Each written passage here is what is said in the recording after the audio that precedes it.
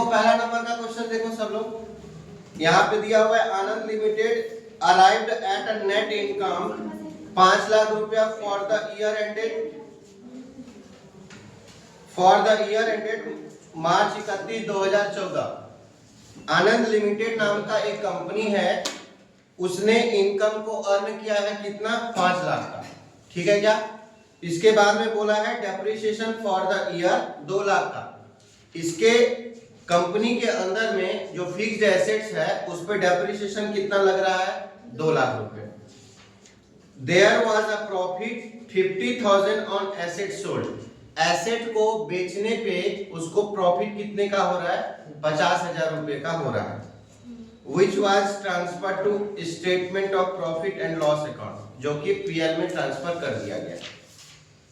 Trade receivable increase during the year 40,000। Trade receivable का मतलब एक प्रकार से डेटर्स होता है, और ये किसके अंदर में आता है, एसेट्स के अंदर में, तो यहाँ पे इंक्रीज हो रहा है।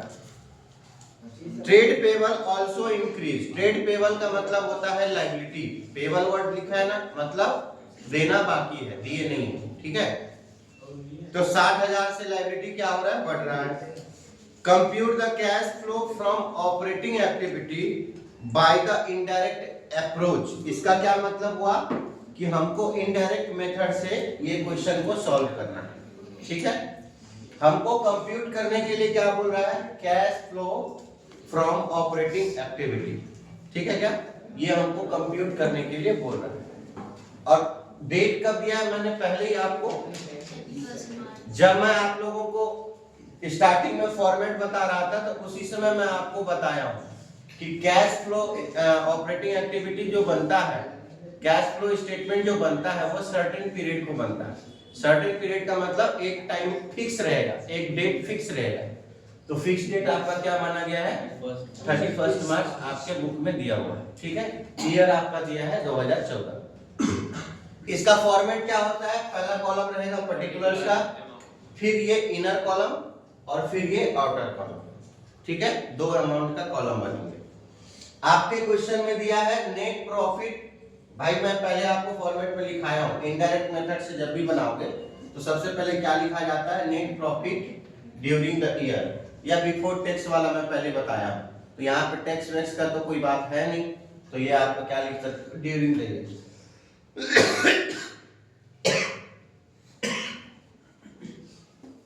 आनंद लिमिटेड कंपनी को इस साल कितना प्रॉफिट हुआ है, 5 लाख। इसमें कोई एडजस्टमेंट तो है नहीं, इस वजह से ये डायरेक्ट आउटर कॉलम में लिखा गया।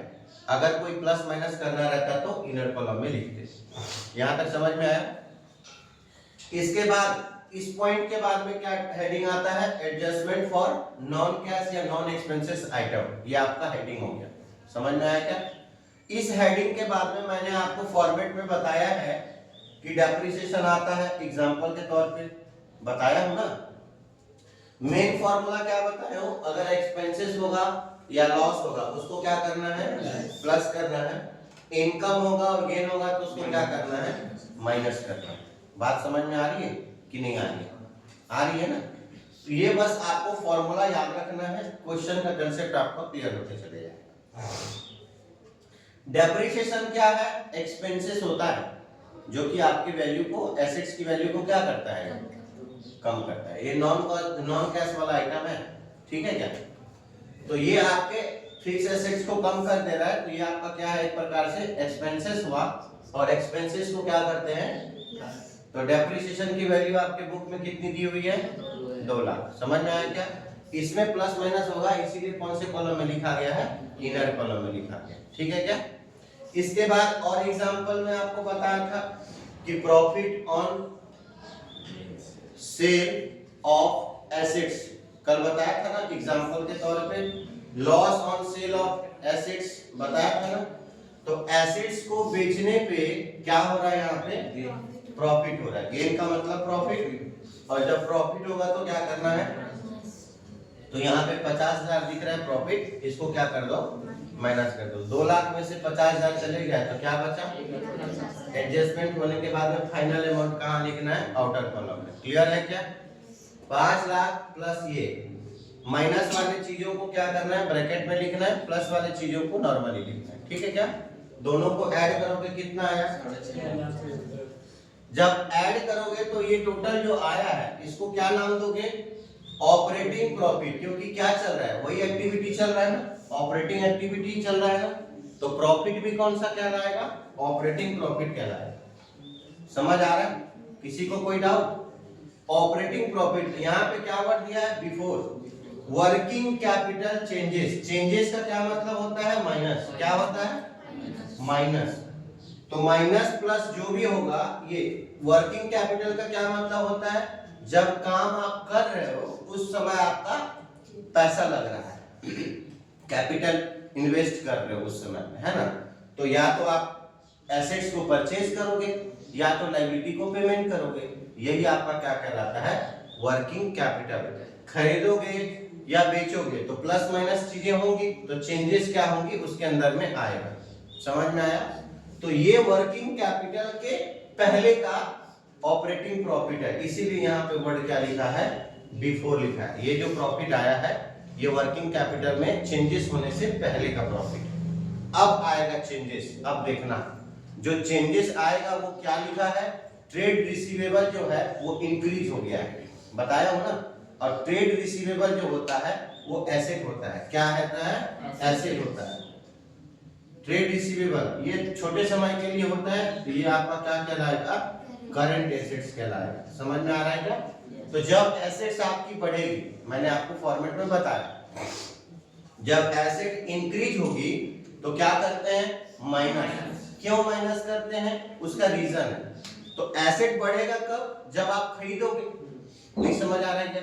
जब खरीदोगे तो पैसा क्या होगा? जाएगा ना। नहीं समझ आ रहा है क्या? तो जब पैसा जाएगा, कैश का आना क्या होता है? प्लस, और जाना क्या होता है? तो यहाँ पे कैश क्या हो रहा है? समझ में आ रहा है कि नहीं आ रहा? तो एसेट्स बढ़ा है तो क्या हो जाएगा? ये माइनस हो जाएगा। इसी का जस्ट उल्टा क्या होता है? लायबिलिटी। तो लायबिलिटी भी यहाँ पे क्या बोल रहा है? इंक्रीज हो रहा है। तो एसेट जब बढ़ा तो माइनस हुआ, जब लायबिलिटी बढ़ेगा तो क्या हो जाएगा? तो माइनस वाले चीजों को मैं ब्रैकेट में लिखा हूँ, प्लस वाले चीजों को नॉर्मली लिखा। तो ये 60,000 प्लस में है, 40,000 माइनस में है। इसको एडजस्टमेंट करूंगा तो कितने वैल्यू आएगी? 20,000 प्लस में आएगा। तो ये फाइनल एडजस्टमेंट करने के बाद में ऑर्डर कॉलम में मैंने लिख दिया। नहीं समझा क्या? तो पहला वाला ऑपरेटिंग प्रॉफिट और वर्किंग कैपिटल चेंजेस होने के बाद वाला ये आएगा। ये दोनों को टोटल कर दिए तो कितना आया? 6,70,000 रुपीज आया। ठीक है क्या? अब बात करते हैं, अब इसके बाद तो कोई इंफॉर्मेशन आपके बुक में नहीं दिया है, नहीं दिया है ना। ये ऑपरेटिंग एक्टिविटी का ये क्या हो गया? नेट कैश हमारे पास में अवेलेबल कितना है? 6,70,000। ऑपरेटिंग मतलब काम चल रहा है, तो उस समय में हम कितना अर्न कर लिए? कैश मेरे पास कितना आ गया? 6,70,000। किसी को कोई यहाँ पे डाउट है क्या? ठीक है।